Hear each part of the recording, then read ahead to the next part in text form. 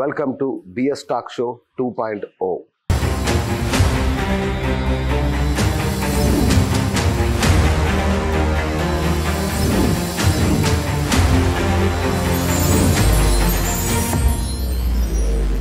కన్న కొడుకులు తల్లిదండ్రులకు చేయాల్సిన కర్మకాండలు పితృకార్యాలు కూడా మీరే ఒక పెద్ద కొడుకులాగా చేస్తున్నారని విన్నాను. ఇది ఎట్లా శాస్త్ర సమ్మతం గురుగారు? ఇది శాస్త్రం అనేటువంటిది ఖచ్చితంగా ఇప్పుడు అనాథ ప్రేత సంస్కారం చేస్తే అశ్వమేధ యాగ ఫలితం వస్తుందని చెప్తారండి. అంటే అనాథలు అనేటువంటి వాళ్ళని తీసుకెళ్లి మనం ప్రేత సంస్కారం చేస్తే చాలా మంచిదని శాస్త్రం. ఓకే. అంటే ఇక్కడ మేము అంటే నార్మల్ గా మహాలయ పక్షాల్లో 15 రోజులు ఏవైతే ఉంటాయో మహాలయ పక్షాలకు సంబంధించినటువంటి 15 రోజులు కూడా గురుగారు తర్పణము, శ్రాద్ధము, మహానారాయణ హోమం, రుద్ర హోమం ఇవన్నీ చేస్తున్నాం. ఇవన్నీ ఎందుకు చేయాల్సి వచ్చింది అని అంటే నార్మల్ గా గురూజీ 2017-18 సంవత్సరాల్లో మా దగ్గర ఒక ఆడపిల్లలు ఇద్దరు తల్లిదండ్రులు ఉండేటువంటి తల్లిదండ్రులు ఒక తండ్రి చనిపోయినటువంటి వాళ్ళు వాళ్ళ తండ్రికి శ్రాద్ధకర్మ చేయడం కోసం సంవత్సరీకం చేయడం కోసం వాళ్ళ చుట్టాలని ఎవరు సంప్రదించారు. ఓకే. సంప్రదిస్తే చాలా మంది మేం చేయము అని ఏదో చెప్పడం వల్ల వాళ్ళు చాలా బాధపడి ఆలయానికి వచ్చినప్పుడు మమ్మల్ని అడిగారు. వాళ్ళు 4 ఆడపిల్లలు అనుకుంటా. ఓకే. స్వామి ఆడపిల్లలు ఉన్నారు కదా, మేము వీళ్ళు రేపొద్దున మేము తర్పణం శ్రాద్ధం మా చుట్టాలు అడిగితే ఎవరు చేయట్లేదు ఎలా అని అడిగారు.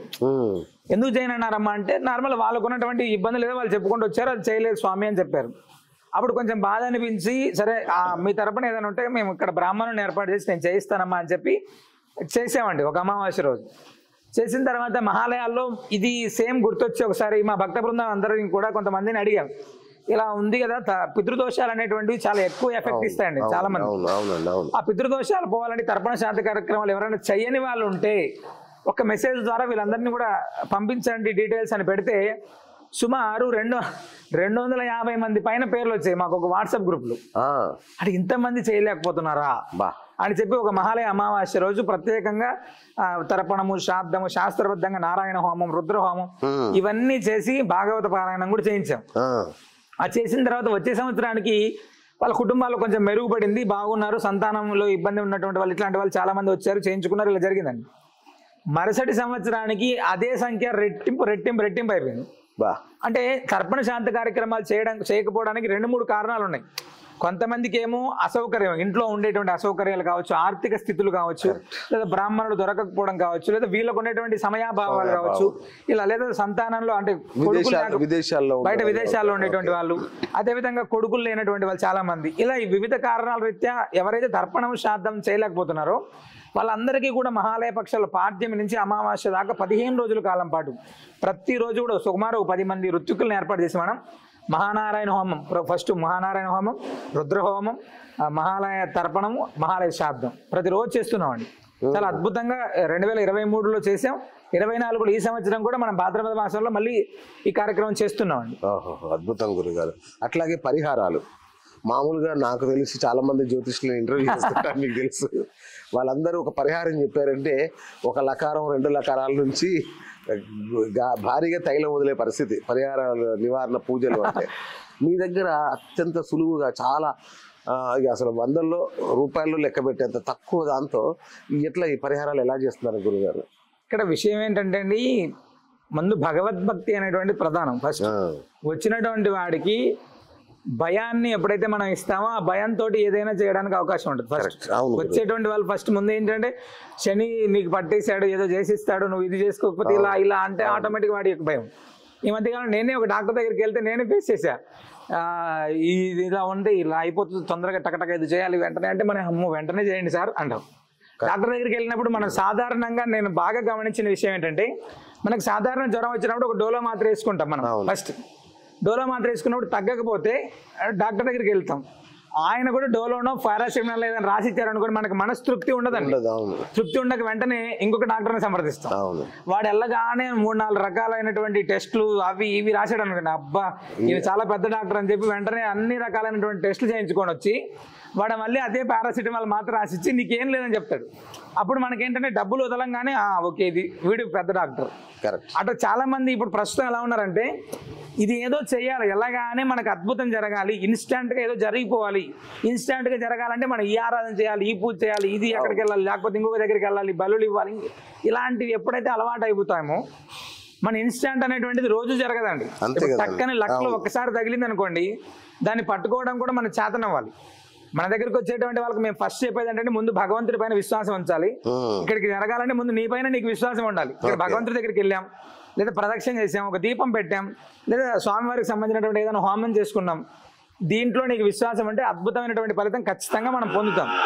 నీకు విశ్వాసం లేకోకుండా అశ్వమేధ యాగం చేసినా కూడా ఏం ఫలితం మనం పొందలేమండి. ఓకే, అది పరిహారాల విషయాల దగ్గరికి వచ్చేటప్పటికి ఏ పరిహారం చేయాలన్నా కూడా సాధారణంగానే అవుతాయి. విపరీతంగా లక్షలాది రూపాయలు అయ్యేంత అయితే ఏం ఉండవండి. నేను చూశాను గురు, లక్షల్లో 40 లక్షల పూజ కూడా చూశాను. చెప్తాను నేను ఏమంటున్నా అంటే ఎవరు చేసినా ఏం చేసినా కూడా అంటే తంత్రాలు చేసుకునేటువంటి వాళ్ళకి, ఇంగోచారాలు చేసుకునేటువంటి వాళ్ళకి మనం ఏం చెప్పలేం. కానీ హోమాలు చేసుకునేటువంటి అంతా మనం ఆడంబరాలకు వెళ్ళేటప్పుడు అన్ని పెరిగిపోతాయండి. కరెక్ట్. ఆడంబరాలకు వెళ్ళకోకుండా మనం కుటుంబం బాగుండాలి, మనం ఖచ్చితమైనటువంటి ఫలితం పొందాలి అనుకుంటే అది తక్కువలోనే అవుతాయి, ఖచ్చితమైనటువంటి ఫలితాన్ని కూడా ఇస్తాయి. అంటే శరీరాన్ని ఇంకొకటి చూసి మనం ఏదో వాత పెట్టుకుంటే ఏమైందంటే ఈ వాత అప్పుడు బాగానే ఉంటుంది, తర్వాత మనకు నొప్పి తెలుస్తుంది. అది నిజంగా గురూజీ, ఈ క్షేత్రంలో ఎన్ని మహిమలు అంటే ప్రతిదీ కూడా మహిమాన్వితమే అన్న మాట నాకు చాలా ఆనందంగా ఉంది. ఎందుకంటే ఇక్కడ అభిషేక తీర్థం అది కూడా చాలా గొప్పదని, దానికోసం దేశ విదేశాల నుంచి వచ్చి అభిషేక జలాన్ని స్వీకరించి పోతున్నారని విన్నాను. దాని విశేషం ఏంటి గురూజీ? సాధారణంగా సాలగ్రామ తీర్థం అనేటువంటిది శరీరానికి ఉండేటువంటి పాపాన్ని నశింపజేస్తుంది అని చెప్పి మనకు శాస్త్రం అండి. సాలగ్రామ తీర్థం తీసుకుంటే లోపల ఉన్నటువంటి రోగము పాపము రెండు పోగొడుతుంది అని చెప్తారు. అలాంటిది సాక్షాత్ నృసింహుడే ఇచ్చినటువంటి సాలగ్రామాన్ని ప్రతి మంగళవారం రోజు, ప్రతి అమావాస్య రోజు విశేషంగా నవకలశ తిరుమంజనం అంటే మన్ను సూక్తము, తర్వాత విశేషమైనటువంటి సూక్తాలు, వీటన్నిటితోటి మనం ఆరాధిస్తారండి. ఆ ఆరాధించినప్పుడు ఆ యొక్క అభిషేక జలం అనేటువంటిది ఇంకా విశేషమైనటువంటి శక్తిని కలిగి ఉంటుంది సాలగ్రామ తీర్థం. దాన్ని మనం ఇంటికి తీసుకెళ్లి ఇంట్లో ప్రోక్షణ చేయడం, దాని తీర్థం తీసుకోవడం, దాన్ని స్నానం చేయడం అనేటువంటిది మనకు గ్రహ బాధలు, శత్రు బాధలు, ఈ రెండింటి ప్రభావాన్ని ఖచ్చితంగా సమూలంగా తుడిచివేస్తుందండి. అలాగే గురుగారు, సాలగ్రామ క్షేత్ర మహిమ ఏంటనేది ఇప్పుడు ప్రపంచం అంతా తెలిసిపోయింది. కానీ మా 24/7 న్యూస్ ప్రేక్షకుల కోసం ఒక్కసారి ఈ అద్భుతమైన సాలగ్రామం అంటే ఏంటి, దీని మహిమ ఏంటి, అసలు ఇది మీ కుటుంబం చేతికి ఎలా వచ్చింది, ఇలా బయటికి ఎలా వచ్చింది ఒక్కసారి? తప్పకుండా అండి. 750 సంవత్సరాల క్రితం రంగాచార్య స్వామివారు అనేటువంటి వారు అత్యంత విశేషమైనటువంటి నృసింహ ఉపాసకులు. స్వామి ఆరాధన చేస్తే భగవంతుడే ప్రత్యక్షంగా ఉండి వారు ఆరాధన తీసుకునేటువంటి వారంట అప్పట్లో. దాంట్లో అంటే మా దగ్గర పేపర్లలో మా తాతలు రాసినటువంటి పేపర్లు ఈ మధ్య కాలం దాకా కూడా మనం చాలా జాగ్రత్తగా ఉండేటువంటి ఆ పేపర్లలో మేము చదివినటువంటిది అదంతా కూడా. అంటే వాళ్ళు చెప్తూ, పెద్దలు చెప్తే వాళ్ళు చెప్పి వీళ్ళ యొక్క అనుభవాలు చెప్తే తెలుసుకున్నాను. స్వామి ఆరాధన చేస్తే భగవంతుడు ప్రసాదం తీసుకోవడానికి ఎదురుగా ఉండేటువంటి వారు అంత అద్భుతమైనటువంటి నృసింహ ఉపాసకులు. ఆయనకు అవసాన దశ అంటే 98-99 సంవత్సరాల సమయంలో, ఏమయ్యా స్వామి, నేను ఎప్పుడు పిలిస్తే అప్పుడు వచ్చి భోజనం చేసావు, ఎన్ని బాగానే ఉంది, నా అవసాన దశలో కూడా నా దగ్గరే ఉండాలి, నువ్వు నా పరమపదం అప్పుడు కూడా నువ్వు నా దగ్గరే ఉండాలి అని చెప్పి ప్రార్థన చేస్తే లక్ష్మీ సమేతంగా భగవంతుడు వచ్చి ఇచ్చినటువంటి సాలగ్రామం ఆ కల్పవృక్ష నరసింహం. నువ్వే కాదయ్యా, నీ వంశం వాళ్ళంతా కూడా అనుగ్రహం తరింపబడతారు నీతోటి అని చెప్పి ఇచ్చినటువంటి సాలగ్రామం.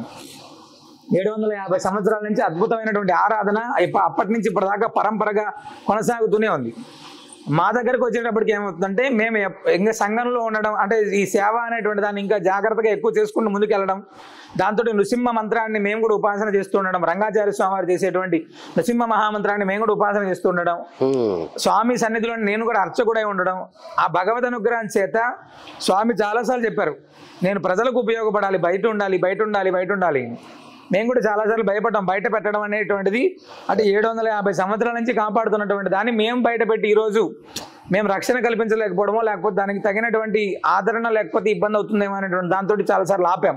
కానీ భగవత్ సంకల్పం అనేటువంటిది పరిపూర్ణంగా మేము బయట ఉండాలి, భక్తుల్ని అనుగ్రహించాలి అని ఆయన నిర్ణయించుకున్నాడు. ఇంకా నిర్ణయించుకున్న తర్వాత మేము చేసేది ఏం లేదు, కేవలం ఈ ఆశ్రమాన్ని 32 రోజుల్లోనే సంకల్పం చేసి నిర్మింపజేసాం, స్వామివారిని దర్శనానికి పెట్టాం. పెట్టినప్పటి నుంచి ఇప్పటిదాకా వేలాది లక్షలాది మంది భక్తులు వస్తూనే ఉన్నారు, దర్శనం చేసుకుంటూనే ఉన్నారు. ప్రతినిత్యం వచ్చేటువంటి వాళ్ళకి మేము అన్నప్రసాదము, నిత్య ప్రసాదం ఏదో జరుగుతూనే ఉందండి ఇప్పటిదాకా. నేనే 10 సార్లు వచ్చాను గురుగారు ఈ క్షేత్రానికి, చాలా ఆనందంగా అనిపిస్తుంది. Thank you so much. So కింద నెంబర్ ఇస్తున్నాను గురువు గారిది, అలాగే అకౌంట్ నెంబర్ ఇస్తున్నాను. మీకు తోచినంత విరాళాలు సహాయం చేయండి. ఖచ్చితంగా అది మంచి కార్యం కోసం, భగవత్ కార్యం కోసం వినియోగించబడుతుంది. నేను నమ్మాను, మీరు నమ్మొచ్చు. సో ఇది ఇవాల్టి బిఎస్ టాక్ షో 2.0